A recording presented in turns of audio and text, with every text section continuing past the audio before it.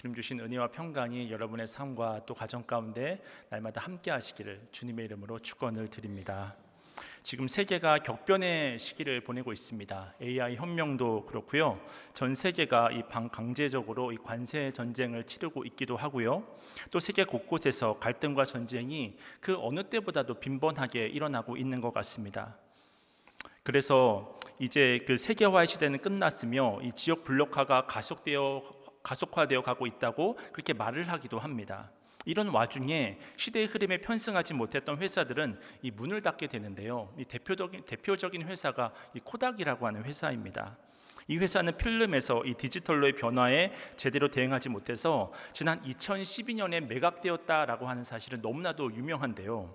근데 제가 얼마 전 기사를 보니까 이제는 이 회사의 존속 자체가 어렵게 되었다고 그렇게 이야기를 하더라고요. 근데 예전에 이 네이버의 창업자인 이해진 씨가 직원들에게 이런 이야기를 했다고 합니다. 이해진 씨가 다음과 같이 말했다고 합니다. 여러분, 회사를 이 조기 축구회처럼 생각하는 사람들이 있는 것 같습니다. 그리고는 이렇게 말을 이었습니다.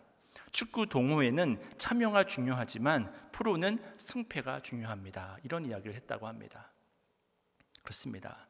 우리 신앙인들에게 있어서도 이 예배에 참여한 것이 중요한 것이 아니라 승리가 중요한 줄로 믿습니다. 근데 만약 예배 시간에 믿음으로 승리하지 못하고 교회에 참석하고 또 그렇게 교회를 다니는 것만으로 만족하는 분들이 계신다면 이분들은 정말 이 동네 조기축구 회원 같은 그런 신앙생활을 지금 하고 있는 것입니다. 바라기는 오늘 이 밤 하나님을 끝까지 신뢰함으로 모든 상황 중에 승리하실 수 있는 여러분 모두가 되시길 축원을 드립니다. 그런 의미에서 오늘은 우리에게 너무나도 잘 알려진 이 여리고성의 기적에 대해서 함께 말씀의 은혜를 나누어 보고자 하는데요. 여리고성은 그 당시 가나안 최고의 성이었습니다. 제가 그림 화면으로 준비를 해봤는데요. 이 성은 이중 성벽의 구조를 가지고 있었습니다. 외벽은 5m, 높이는 기초돌 위에 높이 7m, 너비 12m의 이 흙벽돌로 세웠습니다.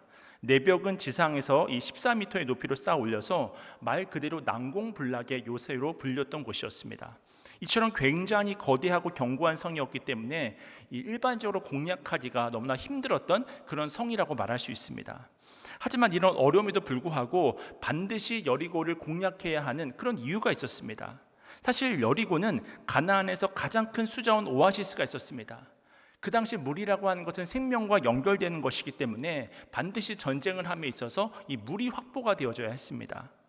게다가 그 당시 가나안에는 북부 동맹과 남부 동맹이 있었는데 이스라엘에게 있어서 최악의 시나리오는 이들이 연합전선을 펼쳐서 연합전선을 구축해서 이스라엘을 향해서 반격해 오는 것이었습니다. 그래서 이스라엘 백성들은 여리고와 이 아이성을 빨리 함락시켜서 이 중간선을 끊어버리는 그런 전략적인 선택을 하게 됩니다. 그래서 이 성은 반드시 난공불락의 요새였지만 함락해야만 하는 그런 성이었습니다. 사실 우리도 인생을 살아가다 보면 피하고 싶지만 피할 수 없는 전쟁이 있잖아요. 피할 수 없는 문제가 있습니다. 그럼 우리가 이 여리고성 같은 문제를 만나게 되면 어떻게 해야 될까요? 오늘은 본문을 중심으로 좀 크게 4가지로 나누어서 말씀의 은혜를 함께 나누고자 하는데요. 그렇다면 우리는 어떻게 우리 인생이 주는 여리고성과 같은 문제들을 이겨낼 수 있을까? 먼저 그 첫 번째 방법은 문제의 한복판에서 하나님을 바라보는 것입니다. 우선 3절과 4절 말씀으로 다시 한번 읽겠습니다. 시작. 너희 모든 군사는 그 성을 둘러 성 주위를 매일 한 번씩 돌되 엿새 동안을 그리하라. 제사장 7은 7 양각 나팔을 잡고 언약궤 앞에서 나아갈 것이요 7째 날에는 그 성을 7번 돌며 그 제사장들은 나팔을 불 것이며. 우리가 상황이 좋으면 좋은 믿음을 가지기가 쉽습니다. 좋을 때는 모든 것이 다 좋아 보이는 거예요. 근데 내 힘으로 해결하기 어려운 문제를 하나하나 접하다 보게 되어지면 나도 모르게 자신감도 떨어지게 되어지고 마음이 녹아내릴 때가 있습니다. 심지어는 나의 믿음까지도 연약해지는 그런 순간을 맞이할 수도 있습니다. 우리가 가나안의 정탐꾼들을 생각해 보시면 이 12명의 정탐꾼들이 40일 동안 가나안 땅을 정탐할 때 여호수아와 갈렙을 뺀 그 나머지 10명의 정탐꾼들은 자신들이 이 눈으로 바라본 현실을 바라보면서 우리는 메뚜기와 같다고 그렇게 고백을 하잖아요. 이렇게 큰 문제를 직면하는 순간에 자신이 가지고 있었던 그 믿음이라고 하는 것이 얼마나 보잘것없는 믿음이었는지를 확인하게 될 때가 있습니다. 그래서 어떻게 보면 지금 이스라엘 백성들이 이 여리고성을 가까이에서 매일 한 바퀴씩 돈다고 하는 것은 자칫 잘못하면 현실에 치우쳐가지고 이 불신앙을 가질 수 있는 그런 위험이 있었습니다. 근데 오늘 본문이 1차적으로 우리에게 주어지는 그 메시지가 무엇이냐면 우리에게 주어진 상황을 정면으로 직시하라고 하는 것입니다. 현실을 직시하라고 하는 거예요. 이것은 그냥 눈 한번 감고 하나님 도와주세요 그렇게 말 한마디로 끝나는 것이 아닙니다. 하나님께서는 우리가 어려운 상황을 만날 때 상황은 어렵지만 끝까지 하나님을 신뢰하기를 원하시는 줄로 깨달으시길 축원합니다. 그렇기 때문에 이 우리가 가지고 있는 이 믿음이라고 하는 것은 상황을 외면하는 것이 아니라 상황을 정확히 보는 것으로부터 시작을 합니다. 그리고 그 상황 속에서도 주님을 바라보는 믿음이 진정한 믿음인 것이죠. 그럼 어떻게 여리고성을 돌라고 지금 말씀하고 있습니까? 7 제사장이 앞장서서 양각 나팔을 잡고 또 그 뒤에는 제사장들이 언약궤를 메고 또 그 앞뒤에는 이스라엘의 그 무장한 군인들이 둘러싸고 행진을 하는 것입니다. 이때 언약궤라고 하는 것은 무엇을 상징하냐면 여러분이 잘 아시는 것과 마찬가지로 하나님의 임재를 상징하잖아요. 또한 여기서 양각 나팔은 하나님의 임재 또 하나님을 예배하는 것을 우리가 상징적으로 이해할 수도 있지만 하나님 앞에 기도하는 것으로도 우리가 볼 수 있습니다. 우리가 민수기 10장 9절 말씀에 이런 말씀이 있는데요, 여러분은 화면으로 보시길 바랍니다. 제가 읽어드리겠습니다. 또 너희 땅에서 너희가 자기를 압박하는 대적을 치러 나갈 때에는 나팔을 크게 불지니 그리하면 너희 하나님 여호와가 너희를 기억하고 너희를 너희의 대적에게서 구원하시리라. 아멘. 이처럼 우리가 전쟁을 하러 나아갈 때 나팔을 크게 부는 것은 하나님께 부르짖는 기도의 상징이었습니다. 그러니까 오늘 이스라엘 백성들이 언약궤를 메고 있는 제사장 앞에서 나팔을 불며 행진하고 하는 것은 이 예배를 상징하는 것이기도 했지만 기도를 상징하기도 했었다고 하는 것입니다. 그래서 이 행진에 대해서 히브리서 12장 30절 말씀을 보시면 믿음으로 7일 동안 여리고를 도니 성이 무너졌으며 라고 말씀하고 있는 거예요. 우리가 히브리서에서 이 믿음이라고 하는 것은 보이지 않는 것을 보는 것이 믿음이잖아요. 하나님은 보이지 않습니다. 하나님의 말씀도 보이지 않습니다. 하지만 그럼에도 불구하고 믿는 것이 믿음이라고 하는 것입니다. 바로 이들은 이와 같은 믿음으로 불가능한 상황 속에서 하나님을 예배하고 하나님께 기도하고 있었던 것입니다. 결국 믿음과 불신앙의 차이라고 하는 것은 무엇을 바라보느냐의 차이입니다. 문제를 보고 있느냐 아니면 그 문제를 근원적으로 해결할 수 있는 하나님을 바라보고 있느냐, 그 차이로 우리가 생각될 수 있다고 하는 것입니다. 우리가 잘 아는 것처럼 이 베드로가 예수님을 보고 걸어갈 때는 물 위를 걸어가는 기적을 경험했습니다. 하지만 넘실거리는 파도를 바라보는 순간 물속에 빠져들고 말잖아요. 이와 같이 우리의 시선이 믿음을 결정합니다. 그런 의미에서 이 믿음이라고 하는 것은 어떤 상황 속에서도 주님을 바라보는 것으로부터 현실을 직시하고 현실을 외면하는 것이 아니라 현실을 온전히 바라보면서 그럼에도 불구하고 주님을 바라보는 것으로부터 시작한다는 사실을 깨달으시길 축원드립니다. 두 번째로 오늘 본문이 주고 있는 교훈은 무엇이냐면 매일 1시간 이상 하나님의 말씀과 기도로 주님을 예배하면서 그냥 바라보는 것이 아니라 매일 1시간 이상 주님을 예배하고 또 주님께 기도하면서 말씀을 보면서 하나님 앞에 나아가야 한다라고 하는 것입니다. 그런 의미에서 우리가 다음의 본문을 주목해서 보았으면 하는데 우선 12절 말씀 우리 함께 읽겠습니다. 시작. 또 여호수아가 아침에 일찍 일어나니 제사장들이 여호와의 궤를 메고, 이어서 6장 15절 말씀 제가 읽습니다. 7째 날 새벽에 그들이 일찍이 일어나서 전과 같은 방식으로 그 성을 7번 도니 그 성을 7번 돌기는 그날 뿐이었더라. 말씀이 증거하고 있는 것처럼 이들은 새벽에 일찍이 일어났다고 이야기를 하고 있습니다. 하루를 시작하는 아침 해가 뜨기도 전에 언약궤를 앞세우고 양각 나팔을 불면서 하나님을 예배하고 하나님을 기도함으로부터 이 여리고성을 돌기 시작하는 것입니다. 지금 이 여리고성의 크기를 감안해 볼 때 천천히 돈다라고 한다면 한 바퀴를 도는데 보통 1시간 정도 거리를 걷는다고 이렇게 생각할 수 있습니다. 그러니까 매일같이 1시간씩 돌았던 거예요. 그 문제의 한복판에서 성벽을 무너뜨려 주실 수 있는 하나님을 바라보면서 하나님을 향해 예배하고 하나님의 말씀을 청종하여 듣고 하나님 앞에 기도하고 있는 것이 바로 이 여리고성이 무너지는 과정 가운데 있었던 상황이라고 하는 것입니다. 그렇다면 여러분은 아침에 일어나자마자 무엇을 보고 계신가요? 바쁜 일을 먼저 처리하고 유튜브를 보고 인터넷을 검색하는 것에 우선순위를 두게 되면 현실에서 다가올 어려움을 이기지 못하고 속수무책으로 이 마귀의 꿈에 빠져서 무너져 내릴 수밖에 없습니다. 그러나 일어나자마자 내 삶에 어떤 어려움이 있다 할지라도 먼저 주님께 나아가서 무릎을 꿇는 거예요. 그리고는 주님의 말씀을 묵상하고 주님께 기도할 수 있을 때에 우리는 그 모든 하루의 염려를, 또 걱정을, 두려움을 하나님 앞에 맡겨드릴 수가 있는 것입니다. 그러므로 먼저 기도한 사람은 아무리 어려운 문제가 와도 평안한 마음으로 살아갈 수 있습니다. 왜냐하면 오늘 내가 하루 동안에 만날 그 모든 문제들에 대해서 하나님 앞에 달려 나아가서 기도부터 시작했잖아요. 그러니 아무리 힘든 상황이 온다 할지라도, 아무리 내 모든 상황들이 꼬여 보인다 할지라도 내가 모든 걸 하나님께 맡겼기 때문에 하나님만을 의지하고 하나님만을 기대할 수 있는 것이죠. 그러니까 기도하지 않는 사람은 계속해서 걱정하고 불평하는 것이고, 기도하는 사람은 침묵하면서 믿음의 말을 하게 되는 것입니다. 이것이 우리가 일상을 살아가는 데 있어서, 신앙생활을 해 나아가는 데 있어서 너무나 중요하다고 하는 것입니다. 그래서 예수님도 생각해 보면 매일 새벽 미명에 일어나서 한적한 곳에 가셔서 기도하셨습니다. 이것이 예수님께서 우리에게 보여주시는 세상을 이기는 방법입니다. 그런 의미에서 어떤 때는 이 기도를 숙제처럼 해야 된다라고 생각합니다.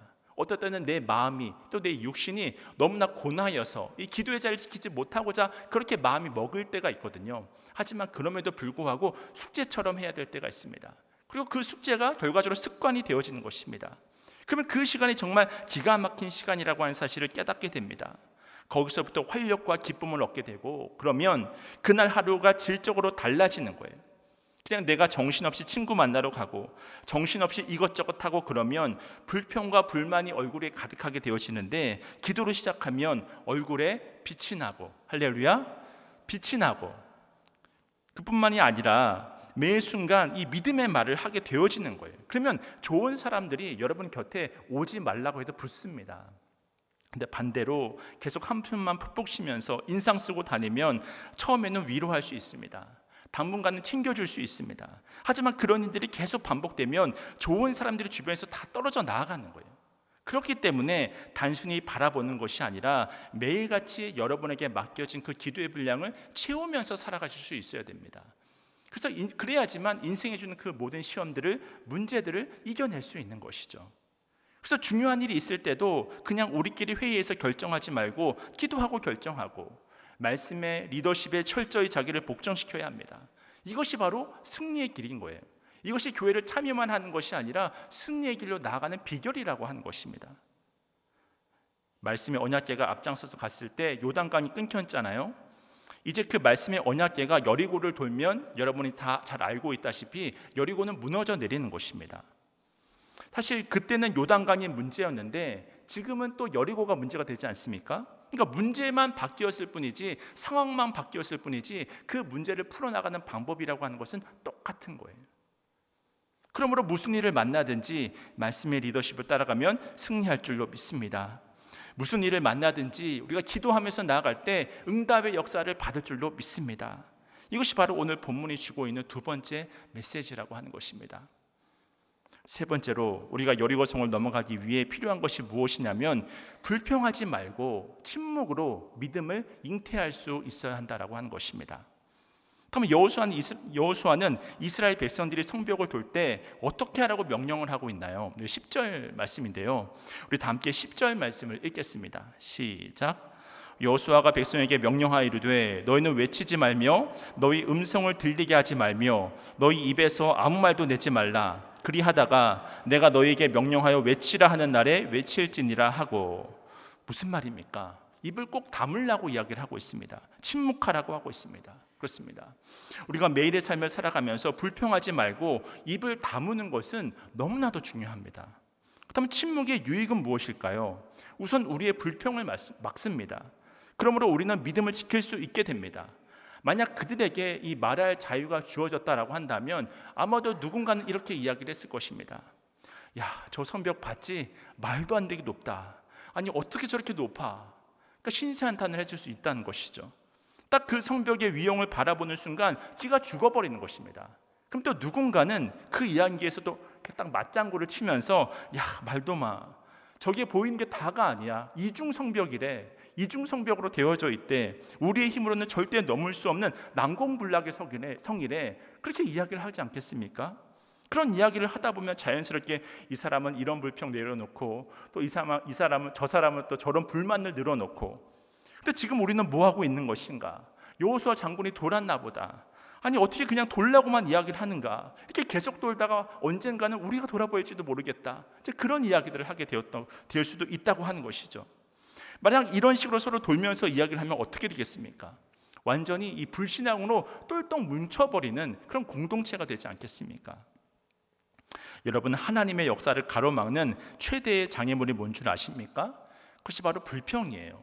원망입니다. 지금 여호수아 세대의 부모들이 다 무엇으로 망했습니까? 전부 말로 망했잖아요.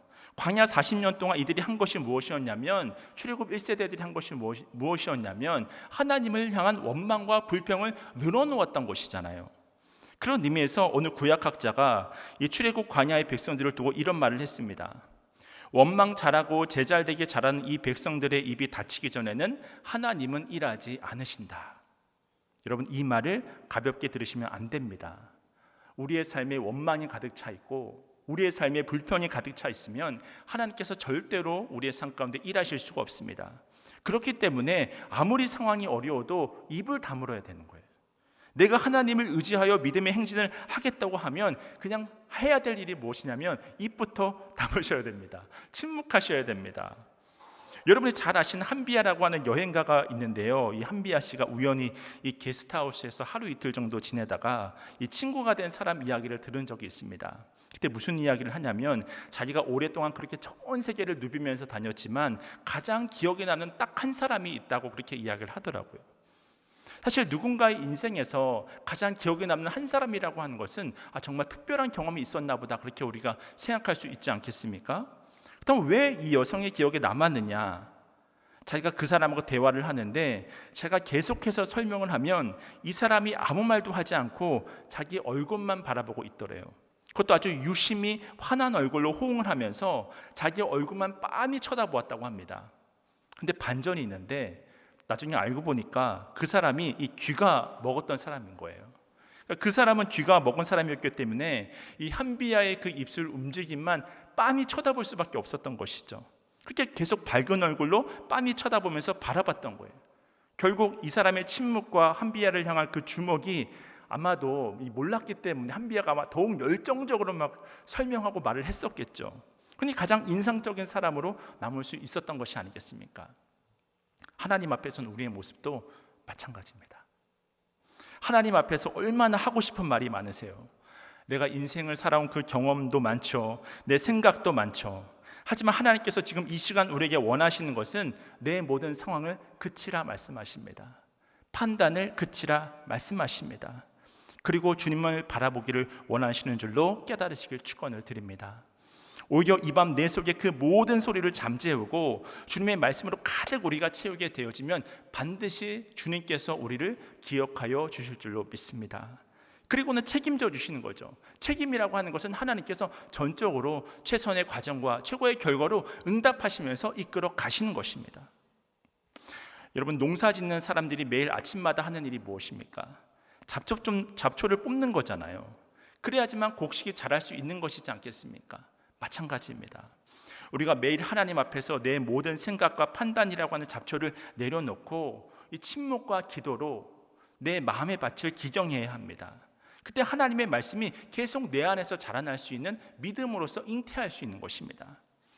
물론 이렇게 한다고 해서 일순간에 내 모든 의심이 사라져버리고 원망이라든지 근심이라든지 불평이라든지 그 모든 것들이 단번에 사라지는 것이 아닙니다. 그러나 하루, 이틀, 사흘 우리가 계속 이것을 하다 보면 어느 순간에 믿음이 생기는 거예요. 하나님에 대한 신뢰가 생기고 하나님을 향한 기대가 생기는 것입니다. 집에 있는 나의 사춘기 자녀를 보니까 꼭 여리고성 같아요. 그 지난 5월에 오셨던 강은도 목사님이 말씀하실 때 사춘기 남자아이들 데리고 있는 집은 이 짐승 한 마리 데리고 산다고 생각하라고 그렇게 이야기를 하셨잖아요. 사실 아이를 바라볼 때 여러분 얼마나 그 하고 싶은 말이 많습니까? 그런데 그 많고 많은 말을 꼭 참고 우리가 할 일은 무엇이냐면 기도하는 것입니다. 그리고 선포하는 거죠. 우리 자녀 하나님이 하실 거야. 우리 사업 하나님이 하실 거야. 그리고 그 어떤 문제든지 하나님이 하실 거야. 할렐루야.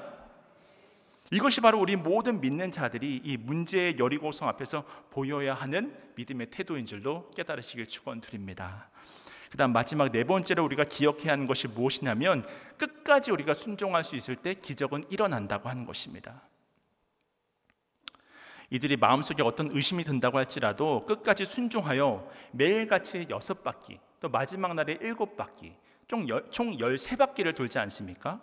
그러나 안타깝게도 이 이스라엘 백성들이 13바퀴를 도는 동안에 뭐 성벽에 금이 간다거나 아니면 성벽에는 어떤 벽돌이 미세하게 가루가 떨어진다든지 벽돌이 일부분이 떨어져 나가다든지 그런 것들을 발견할 수가 없는 거예요. 어떤 균열도 발견하거나 어떤 요동도 발견할 수 없었던 것입니다. 사실 우리가 무언가를 기다릴 때는 인간은 다 연약하기 때문에 이 가능성이라는 것을 바라보잖아요. 70%입니다. 50%입니다. 30%입니다. 아니 1%입니다. 아니 1%의 가능성만 있다고 할지라도 이 지푸라기라도 붙잡는 심정으로 그래 한번 해보자. 손해보더라도 한번 해보자. 그런데 1%의 가능성도 보이지 않는다고 한다면 시도할 힘조차 낼 수가 없는 것이죠. 소망을 가질 수가 없는 것입니다. 하지만 이들은 우리의 이런 일반적인 반응과는 달리 믿음으로 가능성이 전혀 안 보이는 상황 속에서 끝까지 순종을 했고 그때 이 성이 무너진 것을 우리가 확인할 수 있는 것입니다. 그렇기 때문에 우리가 신앙생활하며 정말 중요한 것은 이렇게 철저히 순종하는 것이 중요한 거예요. 사실 출애굽 1세대들은 불순종의 세대였습니다. 그래서 하나님이 가라 해도 가지 않고 버티고 작은 고난만 다가와도 하나님이 우리를 죽이려고 이리로 불러왔다고 하는 등 이들의 모든 발걸음이 불순종으로 점철되어져 있었습니다. 그러니까 이들은 광야에서 넘어질 수밖에 없었던 거예요. 근데 출애굽 2세대들의 특징이 무엇이냐면 우리가 여호수아 1장만 생각해봐도 순종이잖아요. 우선 여호수아부터도 하나님께서 강하고 담대하라라고 했을 때 순종하지 않았습니까? 그 다음에 범람하는 요단강 앞에서 이 믿음으로 이 요단강이 갈라진 것을 보고 건넌 것이 아니라 믿음으로 언약궤와 함께 건넜을 때 요단강이 갈라지는 그런 순종을 이들이 행하지 않았습니까? 그뿐입니까? 여리고성 앞에서 할례를 행하라고 하니까 자신들의 목숨을 걸고서 할례를 행하지 않습니까? 또 오늘 본문처럼 여리고성이 무너질 기미가 조금도 보이지 않음에도 불구하고 13바퀴를 돌라라고 하니까 매일같이 그 바퀴를 도는 거예요. 그래서 여호수아서는 순종할 때마다 기적이 일어나는 것을 이 그림 이미지로서 우리에게 각인시켜주고 있는 장입니다. 때때로 하나님은 나에게 분명 힘이 있는데 안 쓰시게 하는 때가 있습니다. 이것은 말씀에 대한 신뢰가 없으면 하기 힘든 순종입니다. 참고 기다리는 동안 이 여리고성 위에 있었던 병사들이 가만히 있었을까요? 온갖 비웃음과 또 조롱으로 이스라엘 군대를 모욕했을 것입니다.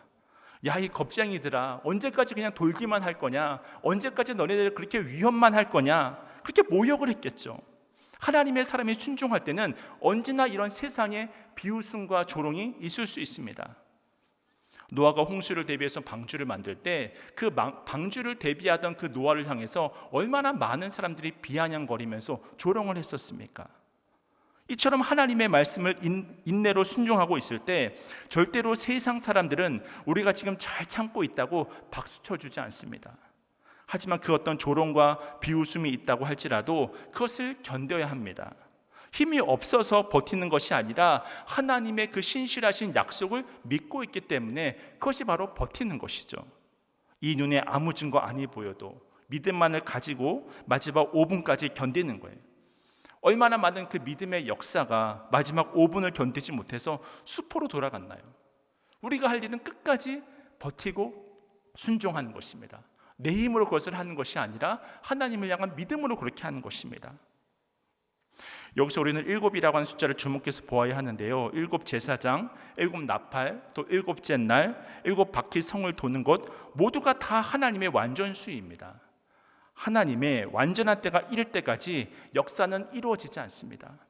하나님께서 그때를 위해서 지금 이 시간에도 일하고 계신 줄로 믿습니다. 이처럼 하나님이 완전함으로 일하고 계시는데 우리의 성급함으로 일을 망쳐서는 안 되는 거예요. 지금 이 시간에도 일을 하고 계시고 우리가 잠을 잘 때도 일을 하고 계시고 우리가 밥을 먹고 있을 때도 일을 하고 계시는 거예요. 하나님의 일은 인간의 방법으로 인간의 시간에 따라서 정해질 수 없습니다.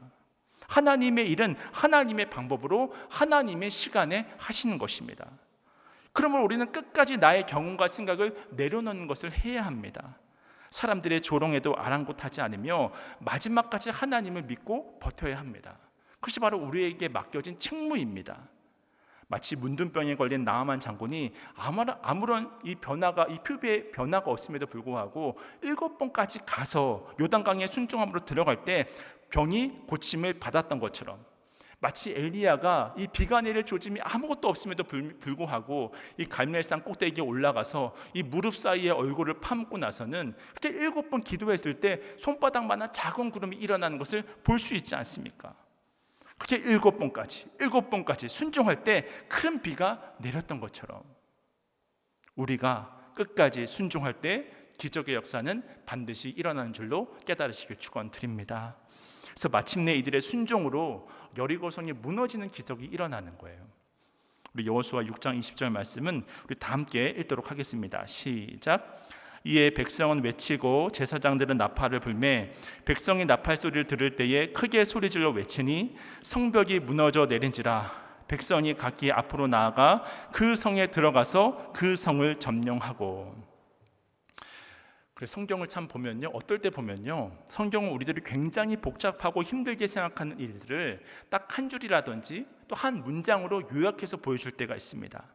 사실 여리고성은 얼마나 극복하기 어려운 이 난공불락의 요새였나요?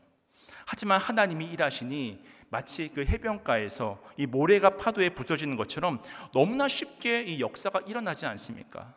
홍해가 갈라졌던 것도 너무나 놀라운 기적이지 않습니까? 근데 성경은 뭐라고 이야기를 하냐면 홍해가 갈라졌다고 그렇게 정리해버리고 끝인 거예요. 그것이 바로 하나님의 역사인 것입니다. 이것이 무엇을 말해주냐면 우리가 크게 생각하는 것이 하나님에게는 전혀 크지 않다고 하는 거예요. 우리가 중요하다고 생각하고 우리를 스트레스 받게 하고 우리를 절망감에 사로잡히게 하고 우리가 두려움에 염려에 근심에 사로잡혀서 살아가게 하는 그 모든 여리고가 하나님 앞에서는 단 한순간에 끝나버리는 것입니다. 그런 일이 있었나? 그런 문제가 있었나? 그런 것처럼 한순간에 끝나버리는 것입니다. 사실 여리고성 사람들은 한 번도 이 성벽이 무너져 내릴 거라고 생각해 본 적이 없었을 것입니다. 이때 하나님께서는 인간이 가장 믿고 있었던 것을 무너뜨리는 것이죠. 그렇게 인간의 힘으로 이룬 그 모든 무너진 기초 위에 하나님의 역사를 매 순간 새롭게 세워가십니다. 이것이 바로 하나님께서 일하시는 방법입니다. 제 짧은 인생을 돌아봐도 그렇습니다. 제 믿음이 언제 한 단계씩 크게 도약했었나 그때를 돌이켜보니까 나에 대해서 아주 깊은 절망감과 회의감에 아무것도 할 수 없는 그 무력함 가운데 하나님이 일하심들이 시작되었더라고요. 그때마다 사람이 한 것이 아니구나, 그때마다 내 경험이 한 것이 아니구나, 내 지식이 한 것이 아니구나, 하나님이 하셨구나, 그 믿음의 고백을 하게 하시더라고요. 그렇게 천부여 의지 없어서 손들고 주님 앞에 나아갈 때 내 손을 하나님께서 잡아주시는 거죠. 그렇게 하나님의 손에 붙들리면 결국은 그 문제를 극복하게 되고 내 앞에 있는 여리고성은 반드시 무너지게 되고 하나님을 향해서 찬송의 입술을 올려드릴 수 있게 되는 줄로 믿습니다.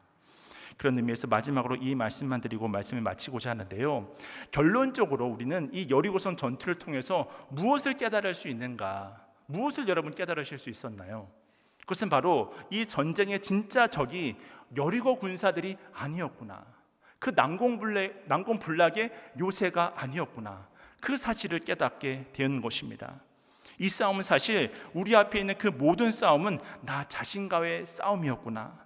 하나님께서는 여리고가 아니라 이스라엘 백성들의 마음을 정복하려고 하셨던 것이구나.